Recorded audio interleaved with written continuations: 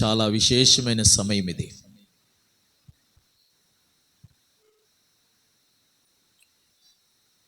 ద్వితీయోపదేశ కాండము 28వ అధ్యాయము 1వ వచనం.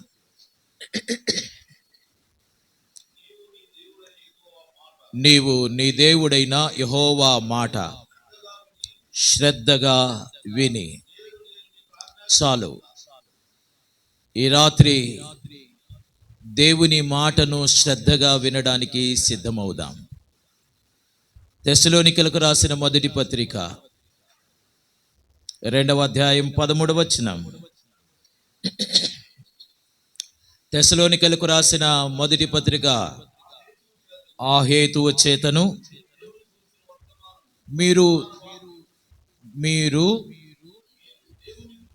దేవుని గూర్చిన వర్తమాన వాక్యము ఈ రాత్రి మనం వినబోతున్న మాట ఎవరి మాట? దేవుని మాట. తెస్సలోనికలకు రాసిన మొదటి పత్రిక 2వ అధ్యాయం 13వ వచనంలో అదే మాట మనం వింటున్నాం. దేవుని గూర్చిన వార్త. ఎవరి వార్త ఇది? దేవుని గూర్చిన వార్త. క్రిందకి చదవండి ఇంకొంచెం. మనుషుల వాక్యం అని వెంచక ఇది నిజముగా ఉన్నట్టు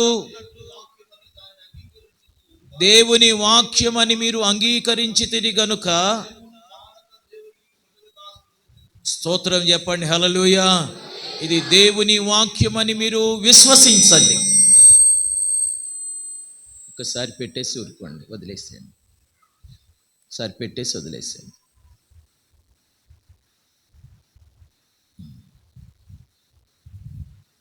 స్తోత్రం. చాలమ్మ, ఇంకొంచెం తగ్గించినా పర్లేదు. బేస్ కొంచెం తగ్గించండి. స్తోత్రం, హల్లెలూయా. చాలు చాలు చాలు. సరిపోతుందా బయటికి? ఓకే, అలా ఉంచేసేయండి అమ్మా. Thank you. కొంచెం అరవనివ్వకండి, ఎక్కడో అరుస్తుంది చూడు. ఒక్కసారి చాలే. ఒక్క 30 గంట నన్ను వదిలేసేయండి. నాకు మధ్యలో ఎఫెక్ట్ లక్కర్లేదు, సరిపోతుంది. స్తోత్రం చెప్పండి, హల్లెలూయా. గట్టిగా చెప్పండి, హల్లెలూయా. దేవుని మాటను శ్రద్ధగా వినండి అని అన్నాడు.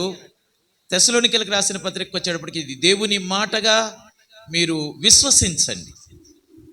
ఇది దేవుని మాటని మనము విశ్వసించుదాం. తర్వాత రండి, హెబ్రీయులకు రాసిన పత్రిక 4వ అధ్యాయం 2వ వచనం. 4వ అధ్యాయం 2వ వచనం.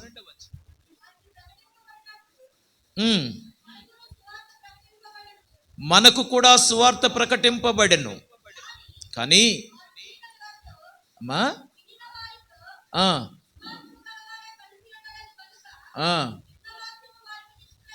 వినిన వాక్యము వారిలో నిష్ప్రయోజనమాయను. చాలెమ్మ, దేవుని మాటను శ్రద్ధగా విందాము. ఇది దేవుని మాటగా విశ్వాసమును కలుపుకుందాము.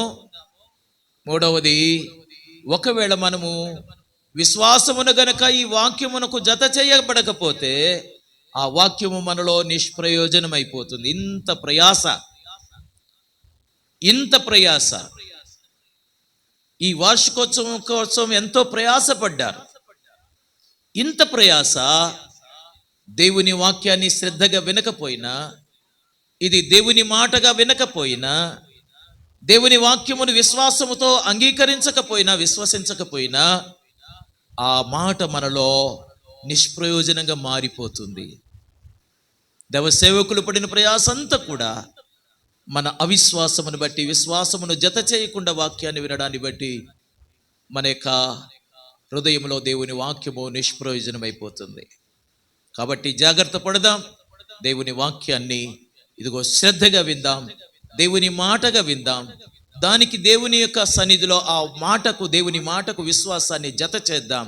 చివరిగా ఒక్క మాట చెప్తాను చూడండి. రోమిలికి రాసిన పత్రికలో ఉన్న మాటను మీకు జ్ఞాపకం చేస్తాను. 2వ అధ్యాయం 13వ వచనం. 2వ అధ్యాయం 13వ వచనం. ధర్మశాస్త్రమును వినువారు దేవుని దృష్టిలో నీతిమంతులు కారు గాని ధర్మశాస్త్రమును అనుసరించి ప్రవర్తించిన వారే నీతిమంతులు. చాలు, 4 మాటలు మీకు జ్ఞాపకం చేశాను. వాక్యం వినబోతున్నటువంటి నా ప్రియ సహోదరి సోదరులరా, 4 మాటలు మీకు జ్ఞాపకం చేశాను. దేవుడు మనతో మాట్లాడబోతున్నాడు, శ్రద్ధగా విందాం. ఒకవేళ ఇక్కడ కూర్చున్నవాడు మానవుడే, అతనే మాట్లాడుతున్నాడేమో అనుకుంటారేమో. కాదు, ఈ మాట దేవుని మాట. స్తోత్రం. ఎవరి మాట అండి? దేవుని మాట. ఎవరు మాట్లాడుతున్నారు ఇప్పుడు? దేవుడే మాట్లాడుతున్నాడు.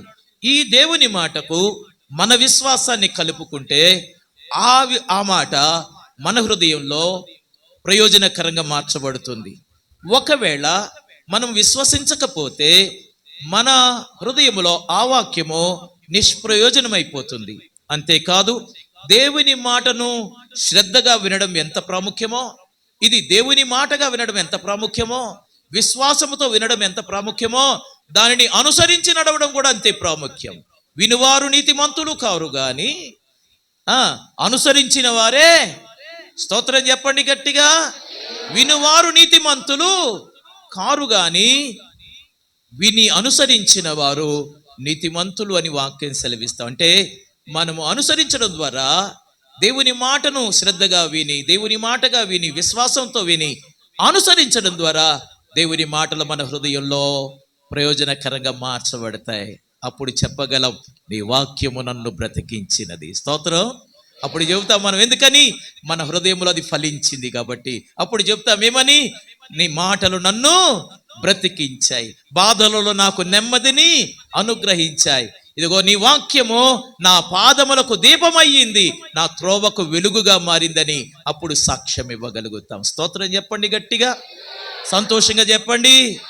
హల్లెలూయా. దిక్కులు పిక్కటిల్లేలాగా చూద్దాం. హల్లెలూయా.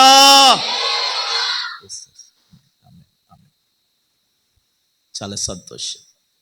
ఇప్పుడు రండి మనం ముందుగా చదువుకున్న వచ్చిన భాగానికి ఇప్పుడు రండి. అయ్యా, స్తంభముగా నేను నిలిపిన ఈ రాయి దేవుని మందిరం. చాలు. స్తంభముగా నేను నిలిపిన రాయి మందిరమైంది. ఇది ఎవరి మాట? దేవుని మాట. ఎవరు మాట్లాడుతున్నారు ఇప్పుడు? యాకోబు మాట్లాడుతున్నాడు. నేను ఒక రాయిని తలగడగా చేసుకున్నా, బాగా నిద్ర పట్టింది, దేవుడు నన్ను దర్శించాడు, చాలా విషయాలు నాతో మాట్లాడాడు, దేవుడే నాతో మాట్లాడాడు. అద్భుతమైనటువంటి మాటలు. నా జన్మలో, నా జీవితంలో నేను ఎప్పుడు వినలేదు ఆ మాటలు. దేవుడే నాతో మాట్లాడాడు. ఏమని మాట్లాడాడు? రండి, ఆ మాటలు కూడా ఒక్కసారి జ్ఞాపకం చేసుకుందాం. చదువుదాము. 14వ వచనం, 13 నుంచి చదువుదాం. మరియు యెహోవా దానికి పైగా నిలచి, నేను నీ తండ్రి అయిన అబ్రహాము దేవుడను, ఇస్సాకు దేవుడనైన యెహోవాను నీవు పండుకొని ఉన్న ఈ భూమిని నీకును నీ సంతానమునకును ఇచ్చెదను. నీ సంతానము భూమి మీద లెక్కకు ఇసుక రేణువుల వలె అగును. నీవు పడమటి తట్టుకు తూర్పు తట్టును ఉత్తరపు తట్టును దక్షిణపు తట్టును వ్యాపించెదవు. నీవు వ్యాపించెదవు. భూమి యొక్క వంశములన్నీ నీ మూలముగా నీ సంతానము మూలముగా ఆశీర్వదించబడును. ఇదిగో నేను నీకు తోడై ఉండి నీవు వెళ్ళు ప్రతి స్థలమందు వెళ్ళే ప్రతి స్థలమందు నిన్ను కాపాడుచు ఈ దేశమునకు నిన్ను మరలా రప్పించదను. నేను నీతో చెప్పినది నెరవేర్చు వరకు విడువనని చెప్పగా. స్తోత్రం చెప్పండి గట్టిగా, చెప్పండి హల్లెలూయా, హల్లెలూయా. దేవుడు మాట్లాడుతున్నాడు ఇక్కడ, యాకోబుతో మాట్లాడాడు. ఎంత అద్భుతమైన మాటలండి. నేను అబ్రహాము దేవుడను, నీ తండ్రి అయినా ఇస్సాకు దేవుడనైనా యెహోవాను. స్తోత్రం. అబ్రహాము దేవుడవు, ఇస్సాకు దేవుడవు, యాకోబు దేవుడవు, నాకు చాలిన దేవుడవు యేసయ్యా, నా యేసయ్యా. యేసయ్యా నా యేసయ్యా, యేసయ్యా నా యేసయ్యా, యేసయ్యా నా యేసయ్యా. డ్రమ్ము. యేసయ్యా నా యేసయ్యా.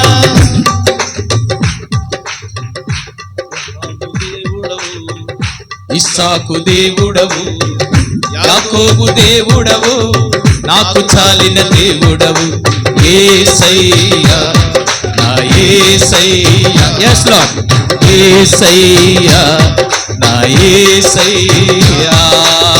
హల్లెలూయా. ఎంత అద్భుతమైన మాటలండి. నీవు పండుకున్న ఈ భూమిని నీకు నీ సంతానానికి ఇస్తాను. నీ సంతానం భూమి మీద లెక్కకు ఇసుక రేణువుల వలె ఎరుగును. నీవు పడమటి తట్టుకు, ఈ మాట వినండి, నీవు పడమటి తట్టుకు, తూర్పు తట్టుకు, ఉత్తరపు తట్టుకు, దక్షిణపు తట్టుకు వ్యాపించదవు. క్రిందకు వచ్చేటప్పటికి ఏమన్నాడు? నేను నీకు తోడై ఉండి నీ వెళ్ళు ప్రతి స్థలమందు నిన్ను కాపాడుచు ఈ దేశమునకు నిన్ను మరలా రప్పించదను. నేను నీతో చెప్పినది నెరవేర్చు వరకు నేను నిన్ను విడువను. స్తోత్రం చెప్పండి. ఇది ఆ రాతిని తలగడగా చేసుకొని నిద్రించినప్పుడు తాను చూసిన అనుభవము, విన్న మాటలు. వెంటనే ఆ రాయిని నిలబెట్టాడు. ఆ రాయిని నిలబెట్టి తాను అంటున్న మాటలేంటో తెలుసా? ఈ రాయి దేవుని మందిరం, ఈ స్తంభము దేవుని మందిరం. స్తోత్రం చెప్పండి. ఎందుకని? ఇక్కడే నా భవిష్యత్తును దేవుడు చెప్పింది. ఇక్కడే ఇదిగో దేవుడు తన ప్రణాళికను నాకు వివరించింది. ఇక్కడే నేను నా సంతానం ఎలా ఉండబోతున్నామో దేవుడు ప్రకటించింది. ఇదిగో భూమి మీద లెక్కకు ఇసుక రేణువుల వలె నా సంతానాన్ని మారుస్తానని చెప్పిన స్థలం ఇదే. తూర్పుకు, పడమరకు, ఉత్తరానికి, దక్షిణానికి నేను వ్యాపిస్తానని చెప్పిన స్థలం ఇదే. కాబట్టి ఇది సామాన్యమైన స్థలము కాదు, ఇది దేవుని మందిరం. స్తోత్రం చెప్పండి హల్లెలూయా. అబ్రహాము జీవితంలో క్షమించండి,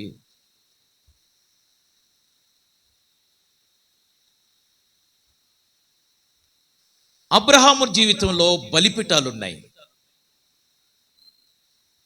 అబ్రహాము బలిపీఠాలు కడుతూ వెళ్ళాడు.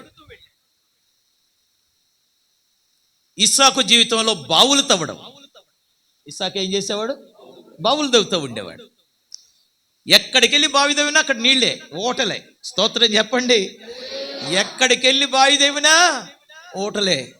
వీళ్ళకి వీళ్ళు ఎక్కడ పడితే అక్కడ బావులు తవ్వుతారు. యోహాను గారు ఎక్కడ ఉన్నాడు? యోహాను గారు ఎక్కడ ఎన్ని బావులు తవ్వాడో? స్తోత్రం. తవ్విన చోటల్లా 4 బావిలు తవ్వేశారంట. ఇంకొకటి రెడీగా ఉందంటే ఇంకొక బావి తవ్వడానికి. స్తోత్రం చెప్పండి.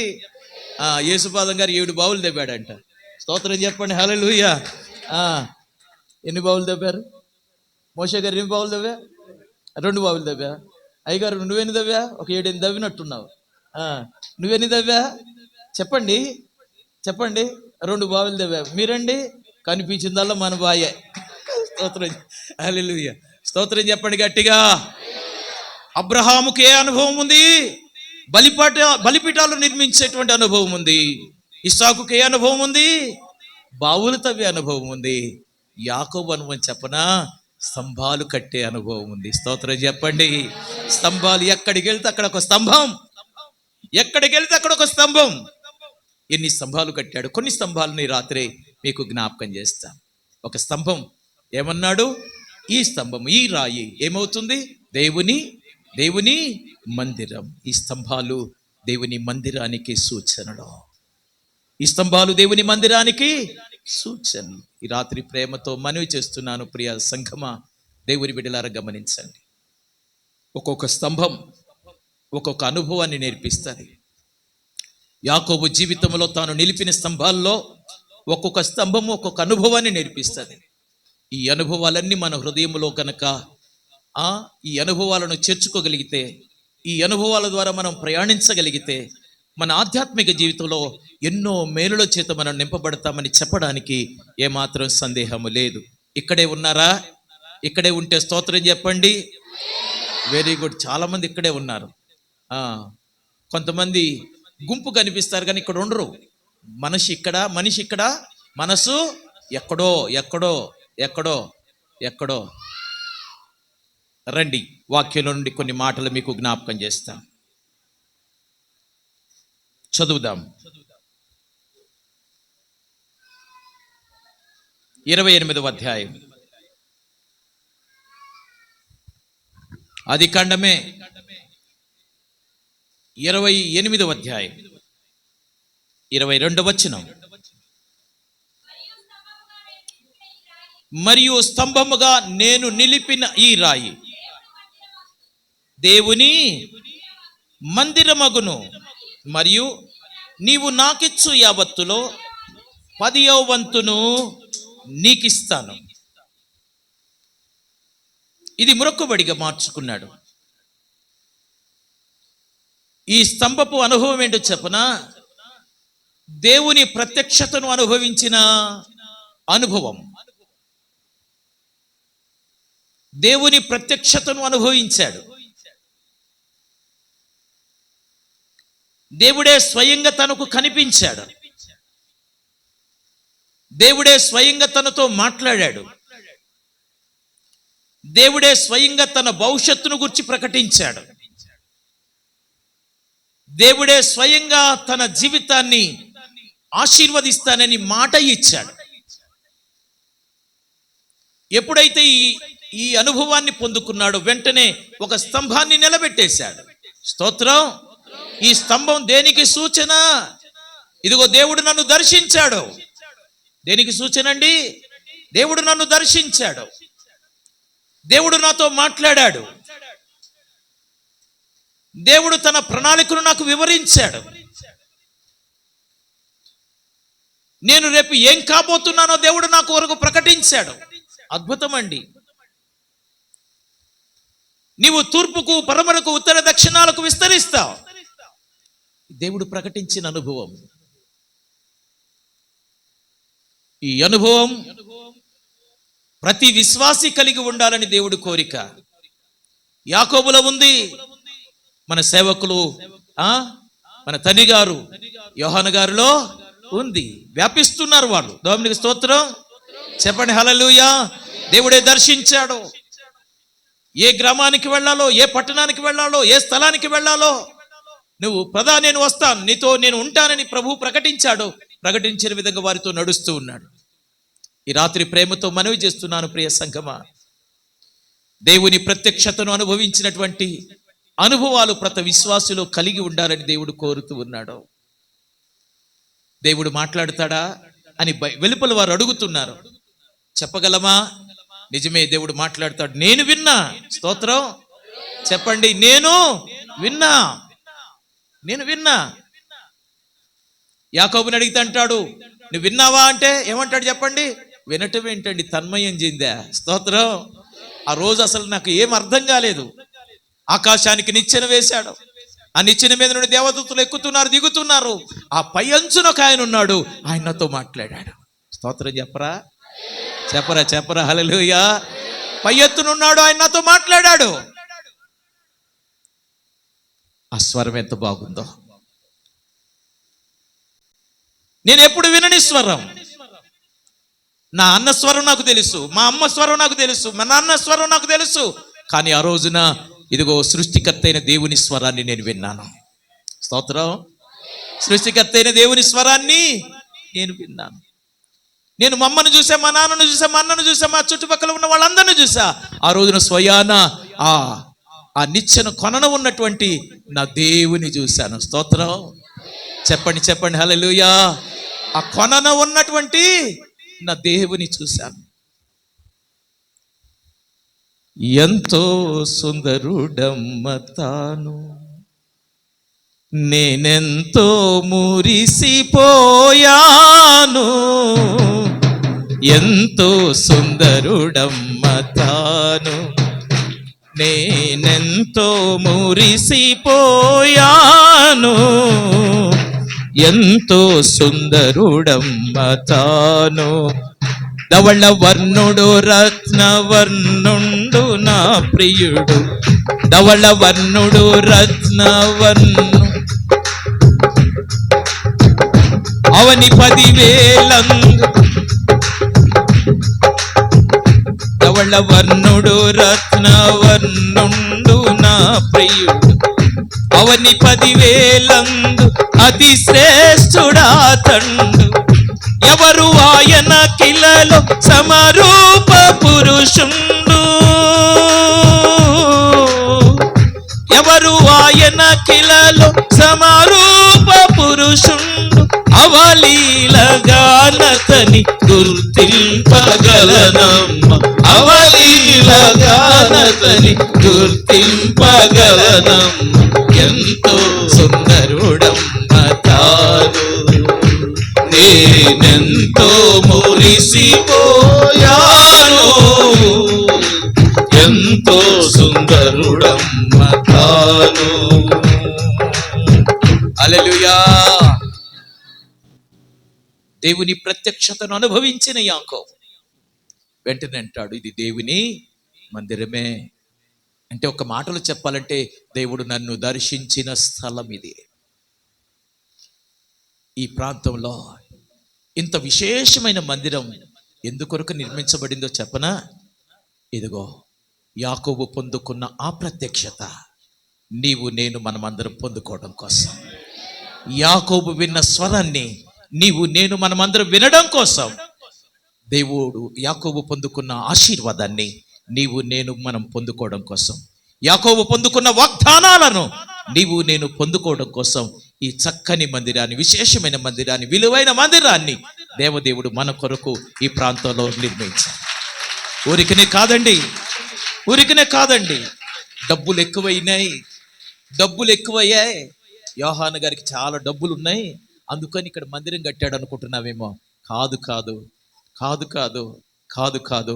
నీవు నేను మనమందరం దేవుని ప్రత్యక్షతను అనుభవించడం కోసం, దేవుని యొక్క ప్రభావాన్ని అనుభవించడం కోసం, దేవుని వాగ్దానాలను పొందుకోవడం కోసం, దేవుని స్వరము ద్వారా మన ఆధ్యాత్మిక జీవితాన్ని ఫలభరితంగా మార్చుకోవడం కోసం. ఎంత అద్భుతమైన స్థలం ఇది, ఎంత అద్భుతమైన స్థలం ఇది.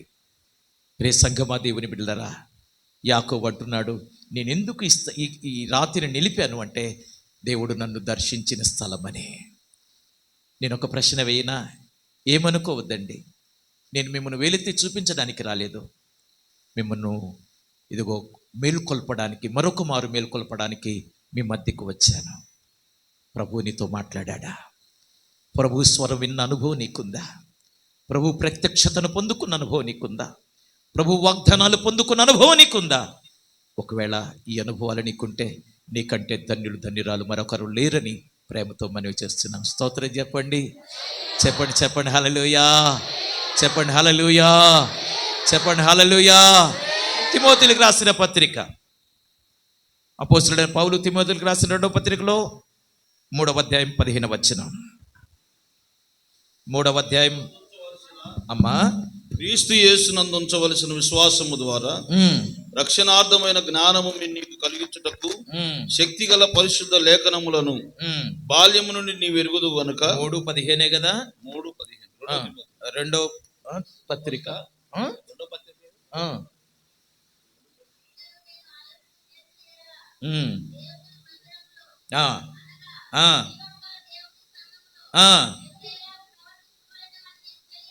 అమ్మ, 2వ పత్రికే గది. 1వ పత్రిక, క్షమించండి. 1వ పత్రిక. అయ్యగారు నన్ను క్షమించాలి. చెప్పండి హల్లెలూయా. ఏమంటాడు? జీవము గల దేవుని మందిరములో జనులు ఎలాగూ ప్రవర్తింపవలెనో ఈ సంగతులను మీకు రాయిచున్నాను. ఆ సంఘము సత్యమునకు స్తంభమును ఆధారమయున్నది. స్తోత్రం చెప్పరే. సంఘమనే ఈ స్తంభము, సంఘమనే ఈ స్తంభము సత్యమునకు సత్యమునకు ఆధారం ఆధారమైన సంఘం. స్తోత్రం, హల్లెలూయా. జీవము కలిగిన దేవుని సంఘం ఇది.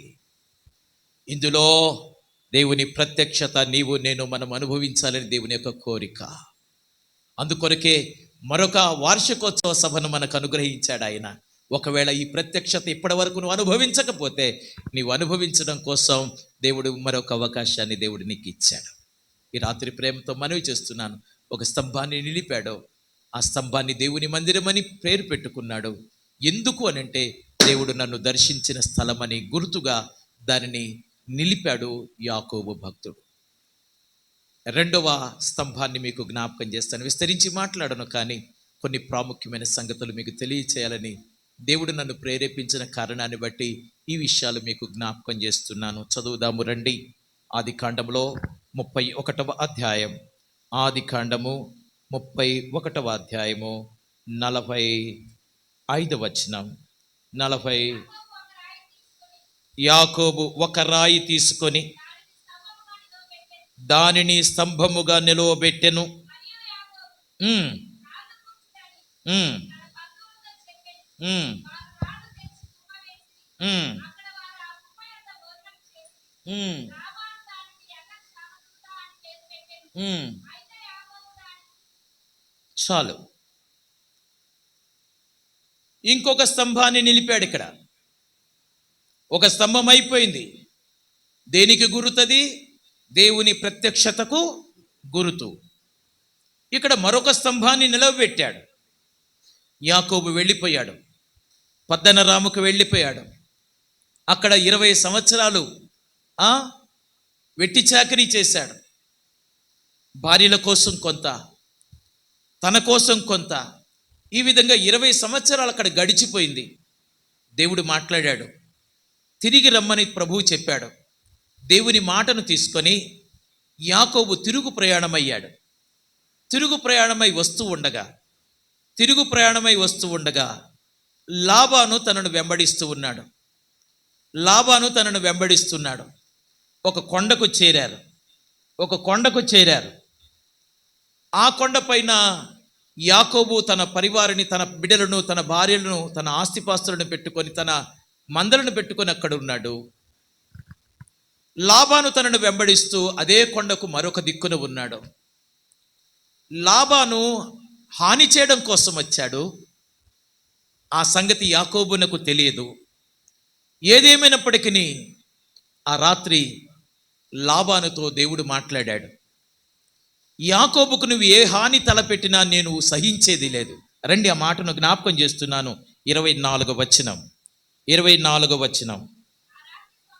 ఆ రాత్రి స్వప్నమందు దేవుడు సిరియావాడైన లాబానునొద్దకు వచ్చి, నీవు యాకోబుతో మంచి గాని చెడ్డగాని పలుకకము, జాగ్రత్త సుమి అని అతనితో చెప్పెను. స్తోత్రం చెప్పండి, హల్లెలూయా, హల్లెలూయా.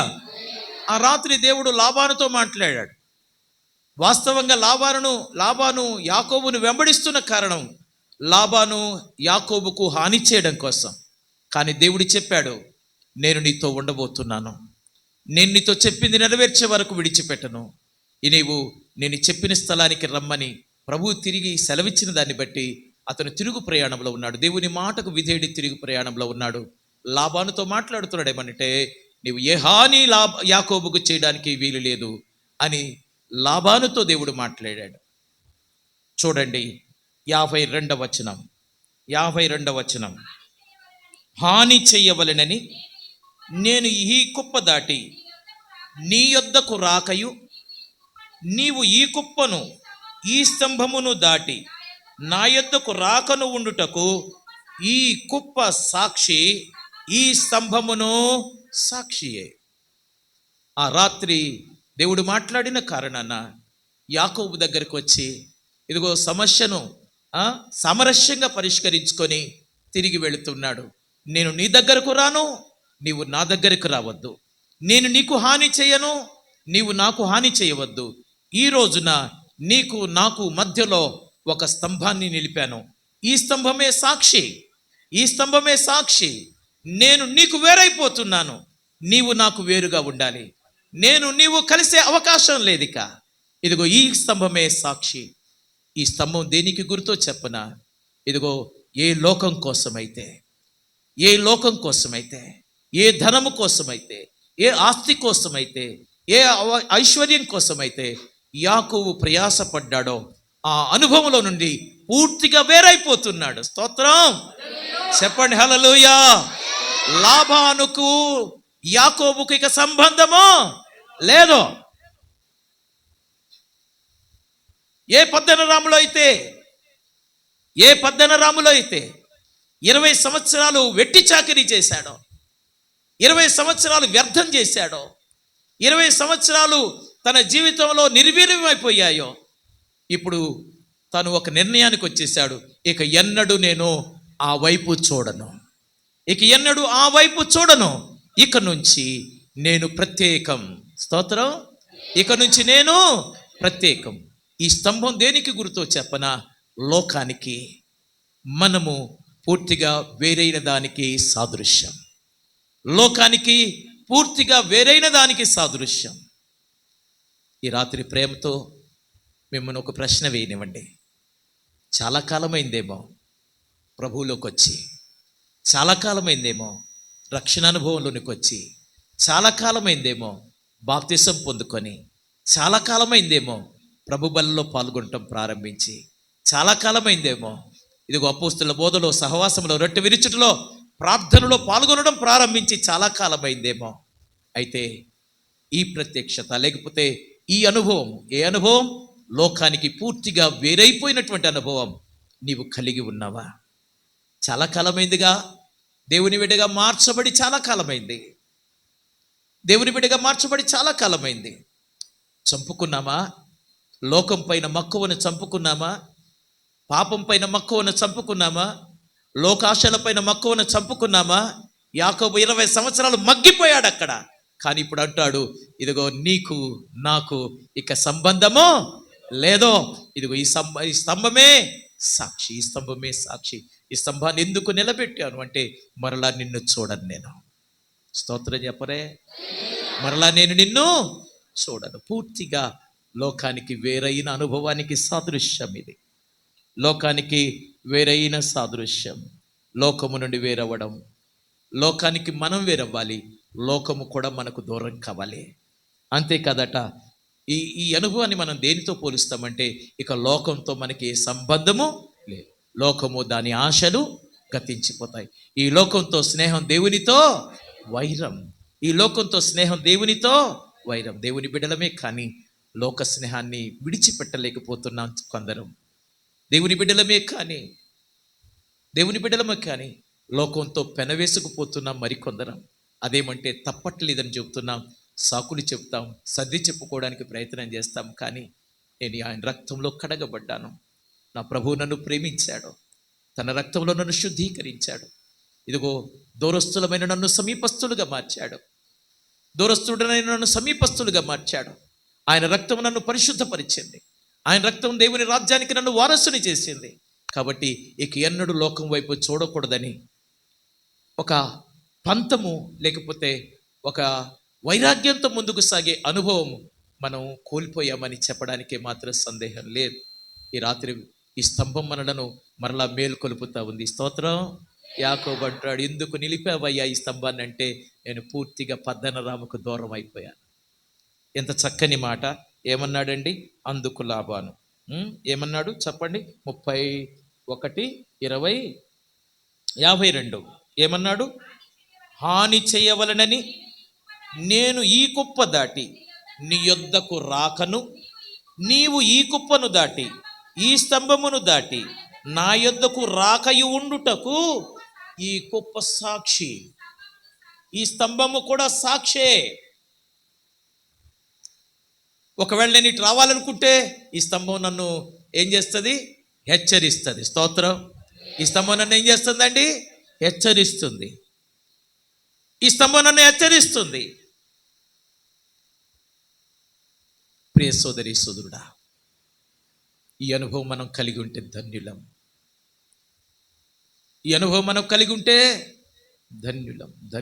ధన్యులం. రండి మరో స్తంభాన్ని మీకు జ్ఞాపకం చేస్తాను. వాక్యం నుండి చదువుదాం రండి. మరొక స్తంభాన్ని మీకు జ్ఞాపకం చేస్తా. 35వ అధ్యాయానికి రండి. 35వ అధ్యాయం ఆదికాండం 35వ అధ్యాయం ఆదికాండం 35వ అధ్యాయం 13, 14 వచనాలు. ఉమ్, ఉమ్, ఉమ్, ఉమ్, ఉమ్, ఉమ్, ఉమ్, ఉమ్, ఉమ్. తనతో మాట్లాడిన స్థలానికి యాకోబు బేతేలని, దేవుడు అతనితో మాట్లాడిన స్థలము నుండి పరమనకు 35, 13, 14 వచనాలు. పరమునకు వెళ్ళెను. ఆయన తనతో మాట్లాడిన చోట యాకోబు ఒక స్తంభము అనగా రాతి స్తంభము కట్టించి దాని మీద పానార్పణము చేసి నూనెయు దాని మీద పోసెను. దేవుడు తనతో మాట్లాడిన చోటికి యాకోబు బేతేల్ అని పేరు. దేవునికి స్తోత్రం చెప్పండి, చెప్పండి, చెప్పండి హల్లెలూయా. మరొక స్తంభము అబ్రహాముకే అనుభవం ఉంది, బలిపీఠములు కట్టే అనుభవం ఉంది. ఇస్సాకుకి అనుభవం ఉంది, బావులు తవ్వే అనుభవం ఉంది. యాకోబుకి అనుభవం ఉంది. ఇప్పటికి ఎన్ని స్తంభాలు కట్టాడండి? 2 స్తంభాలు కట్టేశాడు. 3వ స్తంభం కడుతున్నాడు ఇక్కడ. స్తోత్రం. ఒక స్తంభము దేనికి సాదృశ్యము? దేవుని ప్రత్యక్షతకు సాదృశ్యము. మరొక స్తంభం దేనికి సాదృశ్యము? లోకానికి వేరైన సాదృశ్యము. ఇప్పుడు 3వ స్తంభాన్ని నిర్మించాడు. ఏం చేస్తున్నాట దేవుడు తనతో మాట్లాడి వెళ్ళిపోతున్నాడు. దేవుడు తనను కలుసుకున్నాడు. స్తోత్రం. చెప్పండి, చెప్పండి హల్లెలూయా. దేవుడు తనను కలుసుకున్న స్థలం అది. దేవునితో సహవాసం చేసిన స్థలం అది. దేవునితో తాను మాట్లాడిన స్థలము, దేవుడు తనతో మాట్లాడిన స్థలము, దేవునితో సహవాసం చేసిన స్థలం అది. ఆయనతో సహవాసం చెయ్యండి, మీకు అది మేలు అని అంటాడు. ఆయనతో సహవాసము చెయ్యండి, అది మీకు మేలు మరియు సమాధానం. స్తోత్రం. చెప్పండి హల్లెలూయా. దేవునితో సహవాసం చేయడం ధన్యకరమైనటువంటి అనుభవం. ఇక యాకోబుకు వేరొక పని లేదు. ఎందుకని?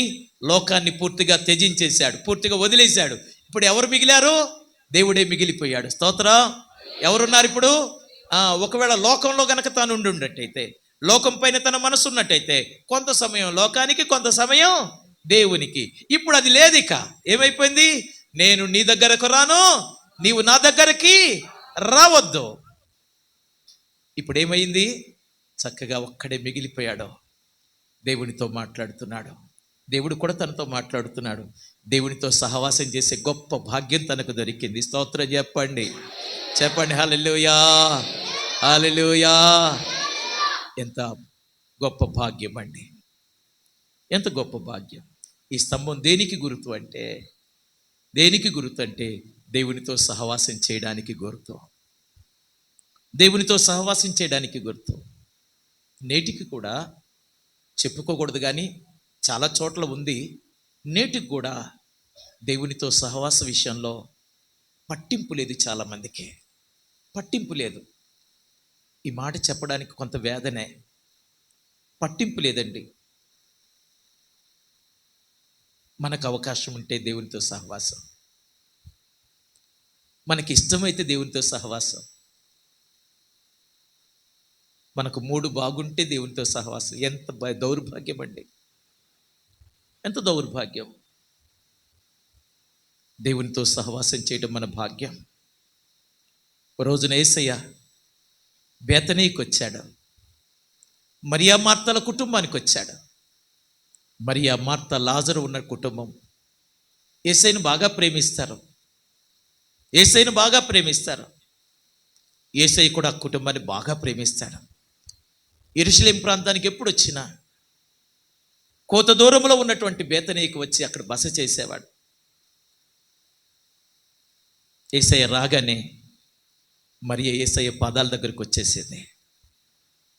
యేసయ్య రాగానే మరియ యేసయ్య పాదాల దగ్గరికి వచ్చేసింది. మాట్లాడయ్యా, మాట్లాడయ్యా, నువ్వు మాట్లాడితే నేను బ్రతుకుతాను. ఆయన స్వరం వినడానికి, ఆయన మాట వినడానికి, ఆయన మాటను అనుసరించడానికి తను సిద్ధపడి యేసయ్య పాదాల దగ్గరకు వచ్చేసింది. ఇవేవి పట్టనట్టుగా మార్త తన పనుల్లో నిమగ్నమైపోయింది.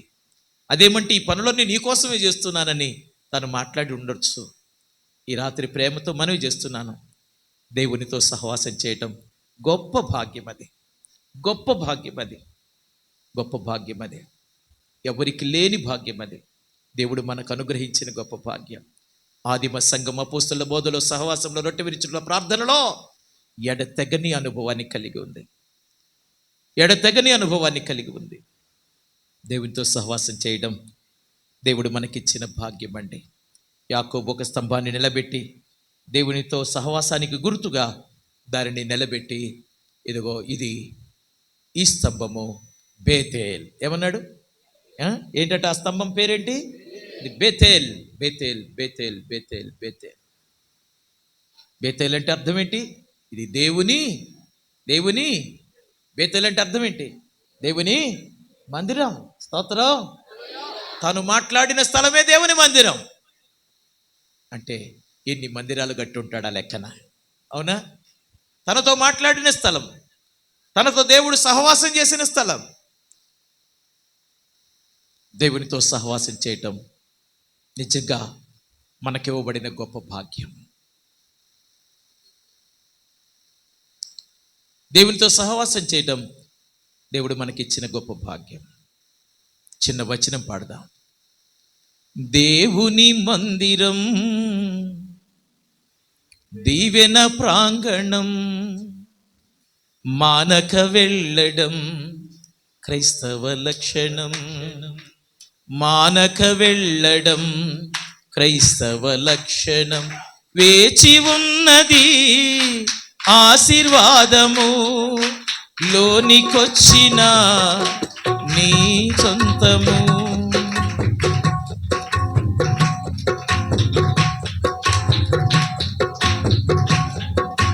వేచి ఉన్నది ఆశీర్వాదము, లోనికొచ్చిన నీ సొంతము.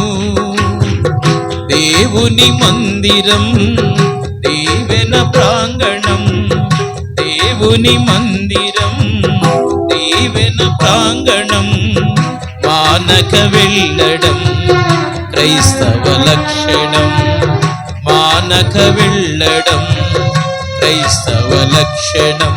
వేచి ఉన్నది ఆశీర్వాదము, లోనికొచ్చిన నీ సొంతము. వేచి ఉన్నది ఆశీర్వాదము, లోనికొచ్చిన నీ సొంతము. ఆలయంలో దేవుని మనసున్నది, ఆయన మహిమ ఆవరించి ఉన్నది.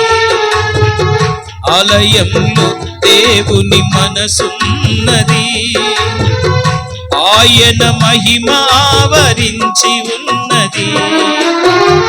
ఆరాధించుటకు కూడుకున్న వారికి, ఆరాధించుటకు కూడుకున్న వారికి యేసయ్య మనసులో చోటున్నది. యేసయ్య మనసులో చోటున్నది. వేచి ఉన్నది ఆశీర్వాదము, లోనికొచ్చిన నీ సొంతము. వేచి ఉన్నది ఆశీర్వాదము, లోనికొచ్చిన నీ సొంతము. దేవుని మందిరం, దీవెన ప్రాంగణం. దేవుని మందిరం, దీవెన ప్రాంగణం.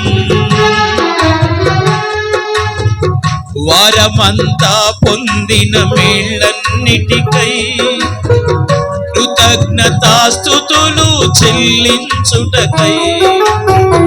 వారమంతా పొందిన మేళ్ళన్నిటికై కృతజ్ఞతాస్తుతులు చెల్లించుటకై ప్రార్థన చేయుటకు కూడుకున్న వారికి అక్కర చెప్పుకునే వీలున్నది. ప్రార్థన చేయుటకు చేరుకున్న వారికి అక్కర చెప్పుకునే వీలున్నది.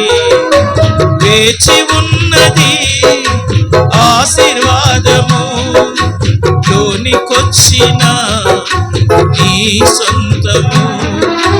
వేచి ఉన్నది ఆశీర్వాదము, లోనికొచ్చిన నీ సొంతము. దేవుని మందిరం దీవెన ప్రాంగణం, దేవుని మందిరం దీవెన ప్రాంగణం. వాక్యాహారముతో ఫలించుటకు దేవుని స్వరము విని బలమొందుటకు.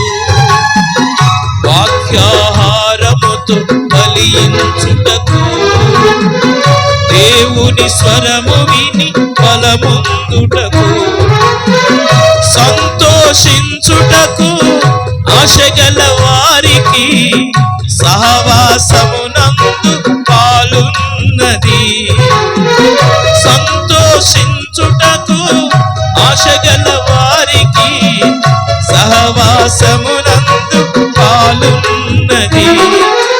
వేచి ఉన్నది ఆశీర్వాదము, లోనికొచ్చిన నీ సొంతము. వేచి ఉన్నది ఆశీర్వాదము, లోనికొచ్చిన నీ సొంతము.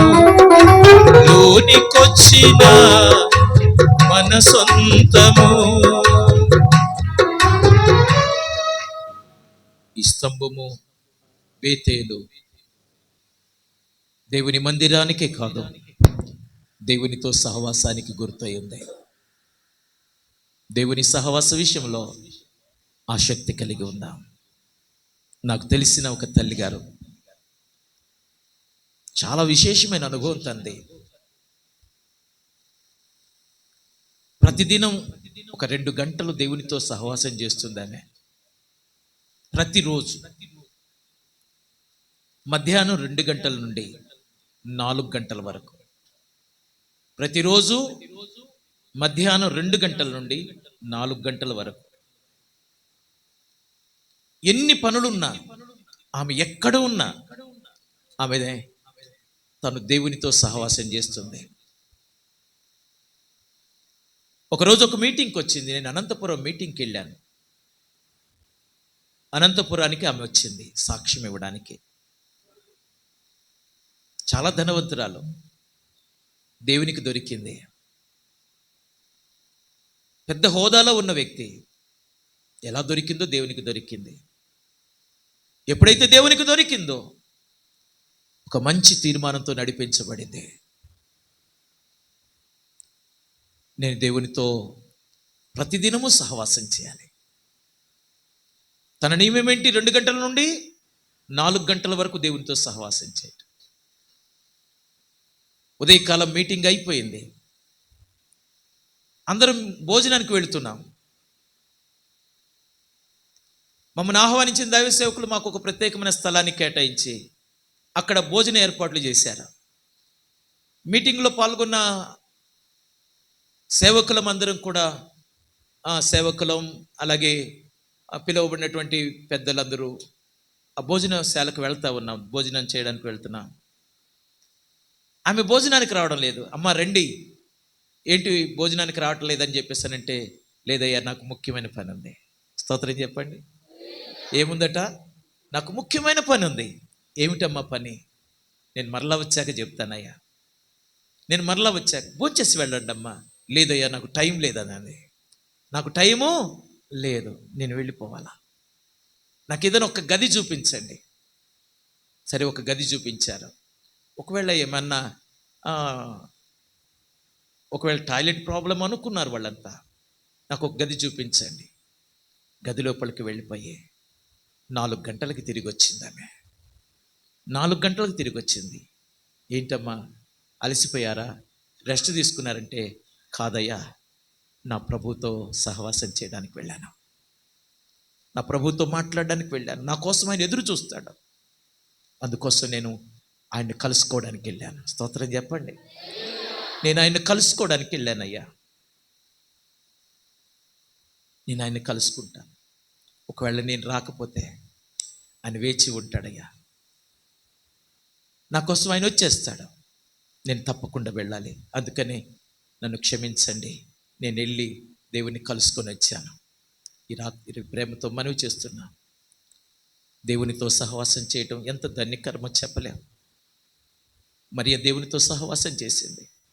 ప్రభు అన్నాడు, ఉత్తమమైన దానిని ఆమె ఎన్నుకొన్నది, ఉత్తమమైన దానిని ఆమె ఎన్నుకున్నది, అది ఆమె యొద్ద నుండి ఎన్నడూ తీసివేయబడదు. ఎంత అద్భుతమైన స్టేట్మెంట్! ఎవరిచ్చారు ఈ మాట? ఎవరిచ్చారు ఈ స్టేట్మెంటు? స్వయాన సృష్టికర్త అయిన దేవుడిచ్చాడు. స్తోత్రం. అబ్బా, ఆ మెప్పు ఇంకెంత గొప్పదో, ఎంత కిక్కిస్తుందో కదా మెప్పు. దేవుడే మెచ్చుకున్నాడంటే ఇక మాటలా అండి. యాకోబు దేవుడు తనతో మాట్లాడి వెళ్ళిపోయాడట. వెంటనే ఒక ఆలోచన వచ్చింది, ఇది దేవుని మందిరం, బేతేల్ అని స్తంభాన్ని నిలబెట్టి ఇక అక్కడ దేవునితో నా సహవాసం ప్రారంభమైందని చెప్పడం ప్రారంభించాను. దేవునితో సహవాసం చిన్న విషయం కాదు. లోకంతో సహవాసం చేశాం, ఎంతో నష్టపోయాం. లోకంతో సహవాసం చేశాం, నష్టపోయాం. తాగుబోతులతో సహవాసం చేశాం, నష్టపోయాం. జోదరులతో సహవాసం చేశాం, నష్టపోయాం. వ్యభిచారులతో సహవాసం చేశాం, నష్టపోయాం. పాపులతో సహవాసం చేశాం, నష్టపోయాం. మన జీవితం సగం అయిపోయింది. మిగిలిన సమయంలో కొంతైనా దేవునితో సహవాసం చేయడానికి సిద్ధం చేసుకుందాం. ఈ స్తంభము దేనికి సాదృశ్యము? దేవునితో సహవాసానికి సాదృశ్యం. స్తోత్రం, స్తోత్రం, స్తోత్రం, స్తోత్రం. ఎంత ఆనందం! చివరి స్తంభాన్ని చెప్పి ముగిస్తానండి. 4వ స్తంభానికి రండి వాక్యం నుండి జ్ఞాపకం చేస్తున్నాను. 35వ అధ్యాయం 20వ వచనం అండి. యాకోబు ఆమె సమాధి మీద ఒక స్తంభమును కట్టించెను, అది నేటి వరకు రాహేలు సమాధి స్తంభము. చాలు. యాకోబు కట్టిన 4వ స్తంభం ఇది. ఒక మాటలో చెప్పాలంటే ఇదే చివరి స్తంభం కూడా. యాకోబు కట్టిన చివరి స్తంభం ఇది. దేవుడు దర్శించినప్పుడు ఒక స్తంభాన్ని కట్టాడు, అది దేవుని యొక్క ప్రత్యక్షతకు నిదర్శనమని. లాబానుతో వేరైపోయినప్పుడు ఒక స్తంభాన్ని నిర్మించాడు, అది నేను పూర్తిగా లోకానికి వేరైపోతున్నానని. దేవునితో సహవాసం చేసిన రోజున ఒక స్తంభాన్ని నిర్మించాడు, ఇక నుంచి నా సహవాసం దేవునితోనే అని చెప్పడానికి. ఇప్పుడు రాహేలు చనిపోయింది. రాహేలు సమాధి పైన ఒక స్తంభాన్ని నిలబెట్టాడు. ఈ రాహేలు కోసమేగా తన జీవితం అంతా వ్యర్థం చేసుకున్నది. అవునా కాదా?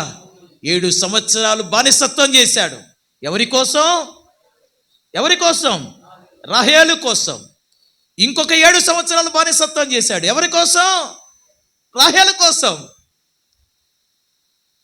మరలా 6 సంవత్సరాలు చాకిరీ చేశాడు. ఆ రాహేలు కోసమే, ఆ రాహేలు బిడ్డల కోసమే. ఎందుకు నేను ఈ మాటలు జ్ఞాపకం చేస్తున్నాను తెలుసా? ఏ రాహేలు కోసమైతే తన జీవితం అంతటిని కూడా తాకట్టు పెట్టేశాడో, ఏ రాహేలు కోసమైతే తన జీవితాన్ని వ్యర్థం చేసుకున్నాడో, అదే రాహేలు చనిపోయిన రోజున ఒక స్తంభాన్ని నిలబెట్టేశాడు. అంటే ఒక మాటలో చెప్పాలంటే తన గత జ్ఞాపకాలన్నిటినీ సమాధి చేసిన అనుభవం అది. స్తోత్రం చెప్పరే. దేవునికి వేరుగా సమయాన్ని పాడు చేసుకున్న సమయం అది. దేవునికి దూరంగా సమయాన్ని పాడు చేసుకున్న అనుభవం తనది. రాహేలు చనిపోయింది. ఈ రాహేలు కోసమే ఒక మాటను చెప్పనా? రండి, ఒక వాక్యాన్ని జ్ఞాపకం చేస్తాను మీకు. హోషేయ గ్రంథంలో ఉంది, 12వ అధ్యాయం 12వ వచనంలో. హోషేయలో 12వ అధ్యాయం 12వ వచనంలో యాకోబు సిరియా దేశమునకు వెళ్ళెను. ఎవరు కావాలి? భార్య కావాలనని ఇశ్రాయేలు ఏం చేశాడు? కొలువు చేశాడు. భార్య కావాలనని అతడు గొర్రెలు కాశాడు. నేను ఇప్పుడు దాకా చెప్పిన మాటలన్నీ మీకు సూట్ అయినాయా అండి? ఏ రాహేలు కోసం గొర్రెలు కాశాడు? ఎవరి కోసం గొర్రెలు కాశాడట? భార్య కావాలి. పైనన్న మాట ఏంటట? పైనన్న మాట ఏంటి? యాకోబు తప్పించుకొని సిరియా దేశమునకు వెళ్ళి భార్య కావాలనని కొలువు చేశాడు. కొలువు చేశాడు. కొలువు చేశాడు. కొలువు చేశాడు. జీతం ఏంటి నీకు? నాకు జీతం ఏమి అక్కర్లా. ఎవరు కావాలి? నోరు తెరిచి చెప్పండి, ఎవరు కావాలి? నాకు జీతం అక్కర్లా. భార్యగా అంటే కూడా రాహేలు కావాలి, అంతే. టార్గెట్ అక్కడ పెట్టేశాడు. అది దేవుని చిత్తమా కాదా అడిగినవాడు కాడు. దేవుని ప్రత్యక్షత పొందుకున్నవాడే, దేవుని స్వరాన్ని విన్నవాడే, దేవుని వాగ్దానాలు పొందుకున్నవాడే. కానీ తాను ఒక పని ఎన్నుకున్నప్పుడు ఆ పని దేవుని చిత్తమా కాదా అని తాను ఆలోచించలేదు. దేవుని ప్రణాళికలో ఉందా లేదా అని ఆలోచించలేదు. భార్య కావాలనని కొలువు చేశాడు. భార్య కావాలనని గొర్రెలు కాశాడు. 14 సంవత్సరాలు. తర్వాత 6 సంవత్సరాలు, 20 సంవత్సరాలు దేవుడు గద్దిస్తే కానీ అక్కడి నుంచి కదలలేదు. దేవుడు బుద్ధి చెబితే కానీ అదిగో యాకోబు అక్కడి నుంచి కదలలేదు. ఇప్పుడు ఆ రాహేలు చనిపోతే ఇప్పుడు ఏం చేస్తున్నాడో తెలుసా? ఈమె కోసమే ఇంత చేశాను, ఇక నుంచి సమాధి అయిపోయింది. ఇక ఎన్నడూ వాటిని జ్ఞాపకము చేసుకొని. స్తోత్రం. దేనికోసమైతే పాకులాడేమో, దేనికోసమైతే ప్రయాసపడ్డామో, ధనం కోసం ప్రాకులాడావా, వ్యక్తుల కోసం ప్రాకులాడావా, దేవదూత వచ్చేసింది. స్తోత్రం. హల్లెలూయా. ఏమనుందా ఇప్పుడు? ఏమనుందా? స్తోత్రం చెప్పండి. హల్లెలూయా. దేవదూత కొమ్ములు ఉంటాయా? ఈ దేవదూత కొమ్ములు ఉన్నాయి. ఏం పేరు నీ పేరు? షారోనా? వెరీ గుడ్, బాగున్నావు. కూర్చో. తగలదులే. Very good. ముగిస్తున్నాను. ఏం చేశాడట? ఈ రాహేలు కోసమే. ప్రేమతో మనవి చేస్తున్నాను, దేనికోసం మన సమయం వ్యర్థమైపోయిందో, దేనికోసం మన సమయం వ్యర్థమైపోయిందో ఒక్కసారి జ్ఞాపకం చేసుకుందాం. వయసంతా అయిపోయింది. ఒక్కొక్కళ్ళం దేవుడు లేడు, ఏమీ లేదు, సంఘం లేదు, ఏమీ లేదు, సహవాసం లేదు, ఏమీ లేదు. ఏం చేస్తాం? సమయం అంతా బయటే. లేమా అండి? చాలామంది ఉన్నాం. చెప్పుకోవడానికి సిగ్గుచేటు. చాలామంది ఉన్నాం. సమయం ఎంత వ్యర్థమైపోతా ఉంది. దేవునితో సహవాసం లేదు, ప్రత్యక్షత లేదు, ఒక నిబంధన లేదు, సహవాసం లేదు, ఏమీ లేదు. అంతా సమయం అంతా వ్యర్థమైపోయిన తర్వాత అప్పుడు పాడుతాం, చూడాలని ఆశ ఉంది కానీ చూడలేకపోతున్నా, తినాలని ఆశ ఉంది కానీ తినలేకపోతున్నా, వినాలని ఆశ ఉంది కానీ వినలేకపోతున్నా, రావాలని ఆశ ఉంది కానీ కాళ్ళు పని చేయడంలా. అంత అయిపోయిన తర్వాత, స్తోత్రం హల్లెలూయా, అంత అయిపోయిన తర్వాత రాలేకపోతున్నా, అయ్యా నా కోసం ప్రార్థన చెయ్యండి. యాకోబు అంటాడు, నాకు బుద్ధి వచ్చింది, సమాధి పైన స్తంభం నిలబెట్టేశాను. గత జ్ఞాపకాలన్నింటినీ సమాధి చేశాడు. ఈ అనుభవం నీకుందా? ఈ స్తంభము అనుభవం నీకుందా? గత జ్ఞాపకాలన్నీ పాపం చేసిన అనుభవాన్ని ఇదిగో సమాధి చేశామా? రోత బ్రతికిన అనుభవాన్ని సమాధి చేశామా? సమాధి చేసిన తర్వాత మరలా తిరిగి లేవడానికి అవకాశము లేదు. పూర్తిగా సమాధి. ఒక ఆయనకు ఒక కుక్క ఉంది, చాలా నేర్పరి అయిన కుక్క. పండుకోమంటే పండుకుంటుంది, నిద్రపోమంటే నిద్రపోతుంది, మాట్లాడమంటే మాట్లాడుతుంది, ఆ పని చేయమంటే ఆ పని చేస్తుంది, ఈ పని చేయమంటే ఈ పని చేస్తుంది. ఆ కుక్క అంటే అందరికీ కూడా ఆశ్చర్యం. ఓ రోజున స్నేహితుడిని పిలిచాడు, ఇంటికి భోజనానికి స్నేహితుడిని పిలిచాడు. వాళ్ళు వచ్చే టైంకి కుక్కకి చెప్పాడు, నువ్వు చచ్చిపోయినట్టుగా పడిపో అని. సరే, చచ్చిపోయినట్టుగా పడిపోయింది. చచ్చిపోయినట్టుగా, చనిపోవడం కాదు. ఆ స్నేహితుడు వచ్చి చూడగానే కదలిక లేదు, ఉలుకు పలుకు లేకుండా పడుకుంది. ఈ స్నేహితుడు చూసి, ఏమైందిరా అంటే, చచ్చిపోయిందిరా అన్నాడు. ఏమైంది? చచ్చిపోయిందిరా. నిజమా? ఎలాగా? ఏమోరా తెలియదు, పొద్దునే చచ్చిపోయింది. ఆ స్నేహితుడు ఆశ్చర్యానికి గురైపోయాడు. బాగా చాలా నేర్పరేని కుక్క చనిపోవటం ఏంటి, అది ఇది అని చెప్పేసి తీక్షణంగా దిగులుగా ఆ కుక్క పిల్లని అలాగే చూస్తూ ఉన్నాడు. కొంతసేపటికి తోక కదులుతూ ఉంది. అరే, నువ్వు అన్నీ నేర్పావు కానీ తోక కదిలించడం మాత్రం ఆపలేకపోయావురా అని అన్నాడు. సచ్చిన కుక్కలాగా నటిస్తున్నాము కానీ చావలేదు. చాలామందిమే సచ్చిన కుక్కలాగా నటిస్తున్నాము కానీ చావలేదు. ఇంకా చాలా ఉన్నాయి లోపల, దాచాం. ఏమున్నాయి? చాలా ఉన్నాయి, దాచిపెట్టేసి మనం ఇదిగో చచ్చిన వారిలాగా లోకంలో బ్రతుకుతున్నాం, సంఘ సహవాసంలో బ్రతుకుతున్నాం. యాకోబు ఇదిగో సమాధి చేసేసి ఆ సమాధి పైన స్తంభాన్ని నిలబెట్టి, ఇది రాహేలు స్తంభం. ఏ స్తంభం ఇది? ఇది రాహేలు స్తంభం. నా జీవితాన్ని పాడు చేసిన స్తంభం, నా జీవితాన్ని పాడు చేసి నా సమయం అంతటిని ఆ 20 సంవత్సరాలు కూడా దేవునితో ఉంటే ఎలాంటి యాకోబుని చూసేవాళ్ళమో. స్తోత్రం చెప్పవే. ఆ 20 సంవత్సరాలు గనక దేవునితో ఉన్నట్టయితే ఎలాంటి యాకోబుని చూసేవాళ్ళమా. ఇప్పటికే దాన్ని పట్టలేం, యాకోబును పట్టలేం. యాకోబు ఆశీర్వాదాన్ని వర్ణించలేం, యాకోబు సంతతి యొక్క ఆశీర్వాదాన్ని వర్ణించలేం, యాకోబు బిడ్డల యొక్క ఆశీర్వాదాన్ని వర్ణించలేం, యాకోబు యొక్క వాగ్దానాలను వర్ణించలేం.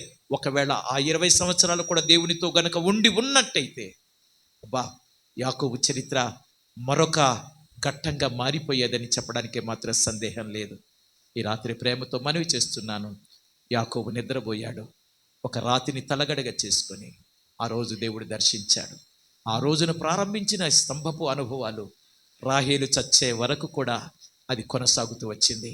ఒక స్తంభము దేవుని ప్రత్యక్షతకు నిదర్శనము, రెండవ స్తంభము లోకానికి వేరైన దానికి నిదర్శనము, మూడవ స్తంభము దేవునితో సహవాసం చేసేదానికి నిదర్శనము, నాలుగో స్తంభము పూర్తిగా తన గతాన్ని పాతిపెట్టిన దానికి సాదృశ్యము.